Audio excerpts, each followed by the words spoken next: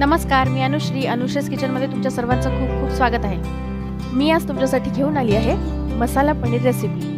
ही recipe follow करून जर तुम्ही मसाला पनीर बनवणार तर तुम्हाला हॉटेलमध्ये जेवल्याचाच फील येईल. चला तर मग सुरुवात करूया आजच्या आपल्या रेसिपीला. तर सर्वात आधी आपण मसाला तयार करून घेऊयात. मी गॅसवरती कढई चढवलेली आहे. कढई छान तापलेली आहे. त्याच्यामध्ये आपण थोडंसं तेल घालून घेऊयात आणि हे तेल थोडं गरम झालं की याच्यामध्ये मसाले, तेजपत्ता, धने, चक्री फूल, नॅचरल हर्ब्स, त्यानंतर थोडीशी दालचिनी आणि थोडंसं जिरं, याला व्यवस्थित आपल्याला तेलात भाजून घ्यायचं आहे.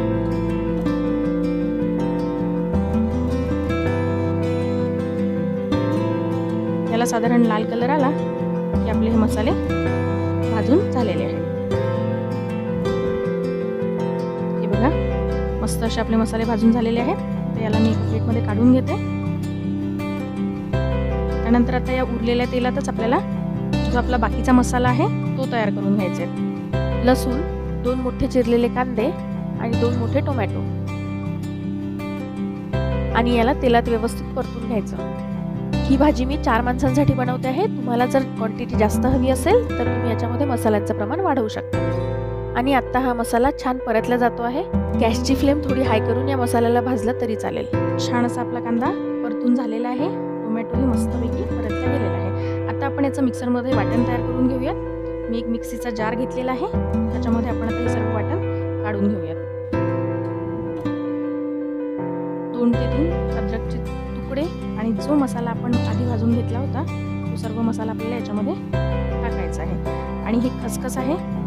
खसखस मी साधारण एक अर्ध्या तासापूर्वी पाण्यात भिजत ठेवलं होतं.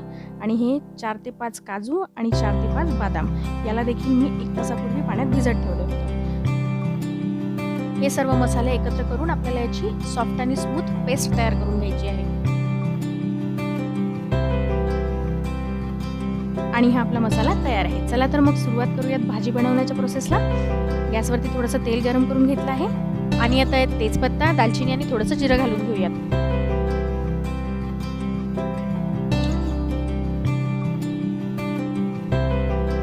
हे थोडंसं भाजला गेलं की आपला जो तयार मसाला आहे तो याच्यामध्ये आपण घालून घेऊयात.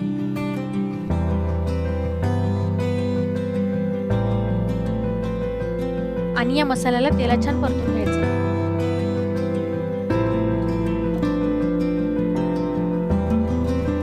आणि हा मसाला तेलात छान परतला गेला की याच्यामध्ये 2 ते 3 चमचे मिरची पावडर, 1 चमचा हळद, थोडीशी कसुरी मेथी आणि याला व्यवस्थित मिक्स करून घ्यायचं.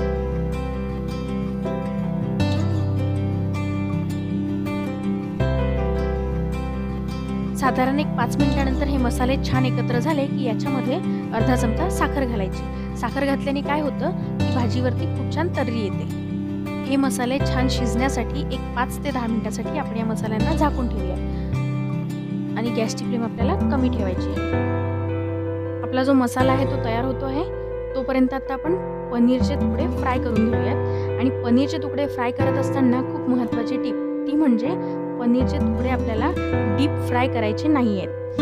तुम्ही फ्राय न करता पनीरचे तुकडे भाजीमध्ये वापरू शकता. साधारण एक 5 ते 10 मिनिटं झालेली आहेत. आणि हे बघा किती मस्त असा या मसाल्याला तेल सुटलेलं आहे. आणि हो, मसाला शिजला आहे की नाही हे कसं समजायचं, तर तुम्ही इथे बघू शकता मसाल्याच्या कडेला तेल सुटलेलं आहे. तर हे तेल सुटलेलं आपल्याला दिसलं की समजायचं की मसाला छान शिजलेला आहे.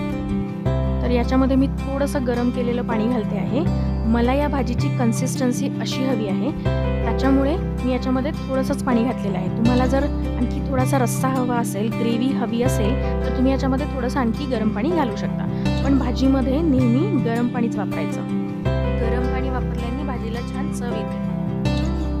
आणि सर्वात शेवटी चवीपुरतं मीठ.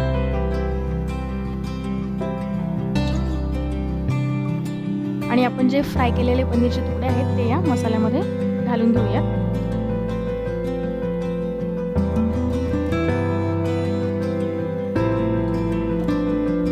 आणि आणखी एक 5 मिनिटं आपण या भाजीला शिजवून घेऊयात, जेणेकरून पनीरचे तुकडे भाजीबरोबर छान शिजतील. आणि साधारण एक 5 मिनिटं झालेली आहेत आणि मस्त झणझणीत चमचमीत मसालेदार पनीर तयार आहे.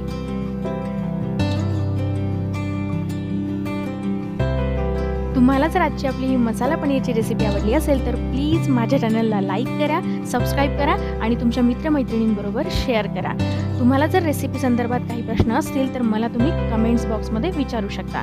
तर पुन्हा भेटूयात अशाच एका झणझणीत चमचमीत रेसिपीबरोबर. तोपर्यंत मस्त रहा, स्वस्त रहा, खात रहा. थँक्यू.